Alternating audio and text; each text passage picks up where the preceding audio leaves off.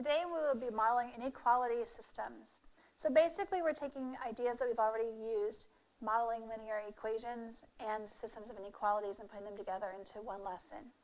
So let's take a look as we read the problem. Michael is selling popcorn. A case of plain popcorn costs $12 and a case of caramel corn costs $24. He must order between 5 and 20 cases of plain popcorn. He has a budget of $600 and space for no more than 30 cases. So the first thing we're going to do is identify our variables. Now, unlike some of the other problems we've done, there's no independent or dependent variable. So we just have to understand, what are we missing? What's the unknown information? So in this case, the unknown information are cases of plain popcorn and cases of caramel corn. So number, cases, plain.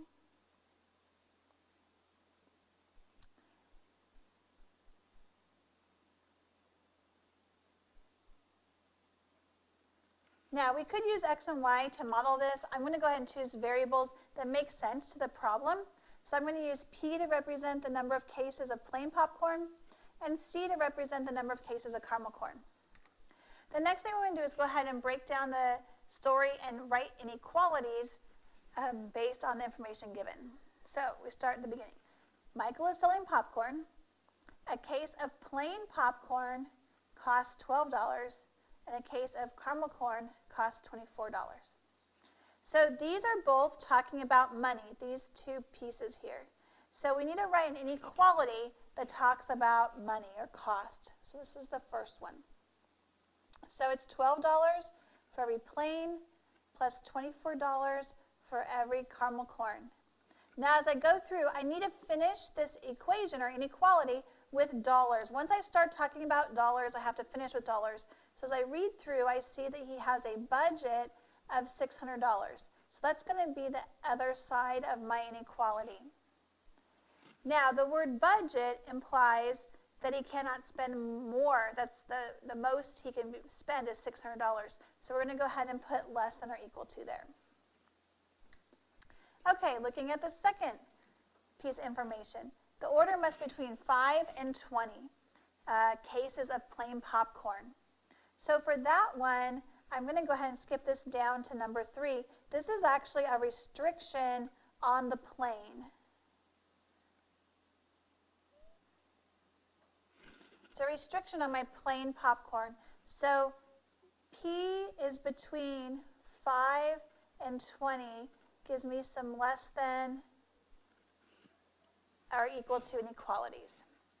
Okay, that was this piece of information here.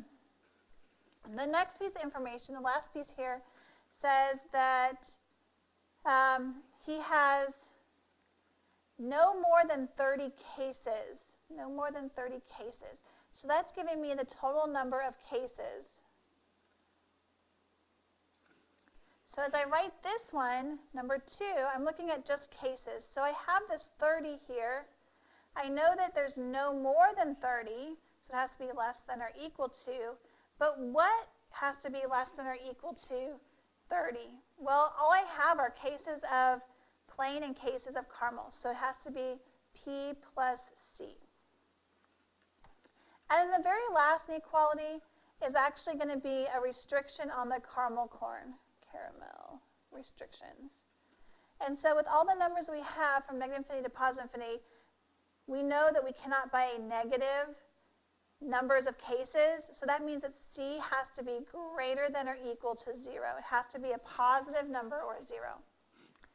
Okay, now that we have this established, now we're going to go ahead and begin the graph. So it does not matter if we put plain on the x-axis or the y-axis.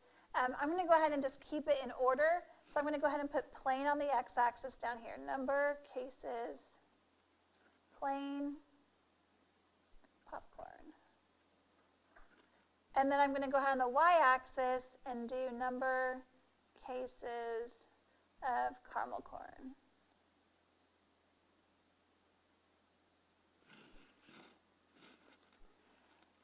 Now I need to figure out how to even do this scale. So the best way to do this is to use intercepts. So let's start with the first inequality.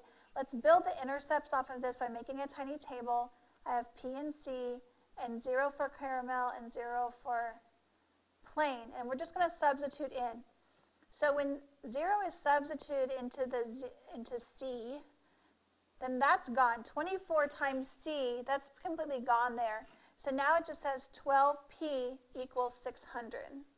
12p equals 600. So then I'm going to solve that. So my intercept is going to be 50. Then we're going to do the same thing with C for caramel corn. So I put the p, 0 goes in there. So then I have left is 24c. So that's 24c equals 600. And when I divide that, I get 25. Let's do the same thing with the second inequality, PC00. So I plug 0 into the caramel corn, and now p equals, well, there's nothing else left, but just p equals 30. So that's my intercept there. And when I do the same thing with plain, 0 goes into plain, so c equals 30.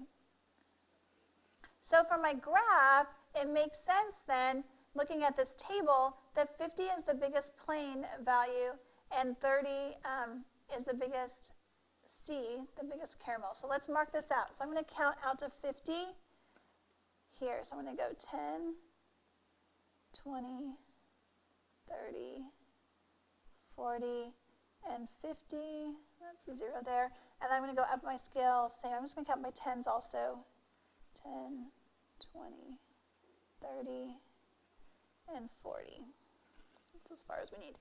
Okay, so now we're going to graph these. So starting with the first one, I'm going to try and color code this for you to match these up for you guys. So we're going to start with my table here. So P is 50, C is 0. So 50, 0. And then when P is 0, C is 25, so right about there. And now I'm just going to take my straight edge and connect those together. And that's going to give me my line for my graph. Done. There's the first line. Now the shading on this is going to go below. So I'm just going to kind of lightly shade that. I don't want to be too distracted by the shading at this point, but I just want to have an idea where it will be. Okay, second inequality. Now again, I'm using the intercept. So I'm going to do 30 and 30, 30 and 30, and I'm going to connect those with my straight edge.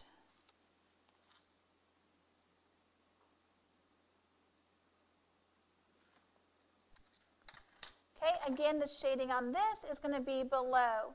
So now I'm building this section right here a little bit darker. Okay, the next restriction is on the plain popcorn. So we know that it has to be between 5 and 20. So these are going to give me vertical lines.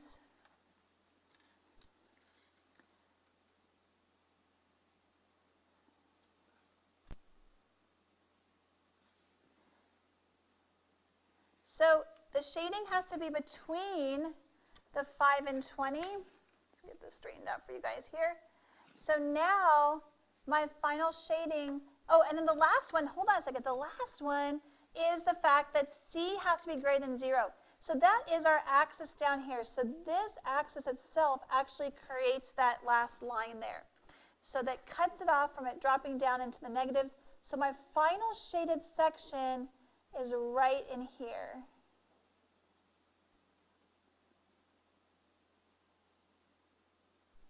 All the order pairs in the middle there. And now we can identify solutions. So do we see two solutions to the system? So anything in the middle. So when I look here, I see, okay, I could have 10 cases of plain and 10 cases of caramel. So 10P and 10C would be one solution. I could do, 10 and 15, maybe up in here. I could do 15 and 12. So 15 plain and 12 caramel. So there's multiple choices that we have as long as it falls within the shaded section. So then this last question down here asks, can Michael order 10 caramel cases and 25 plain cases? So let's find out where that would be on this graph. 10 caramels, I'm going to go up the y-axis here and over 25. That puts the point out here. So this point is not in my shaded region, so it is not a solution.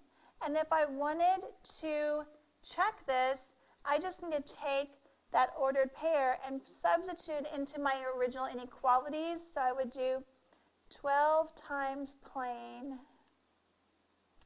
plus 24 times 10 and see if that is less than or equal to 600 and simplify that.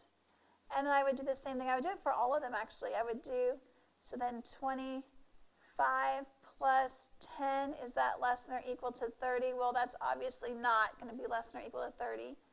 So algebraically, we can prove that that does not work as well. So go ahead and try the homework worksheet and see how you do on this.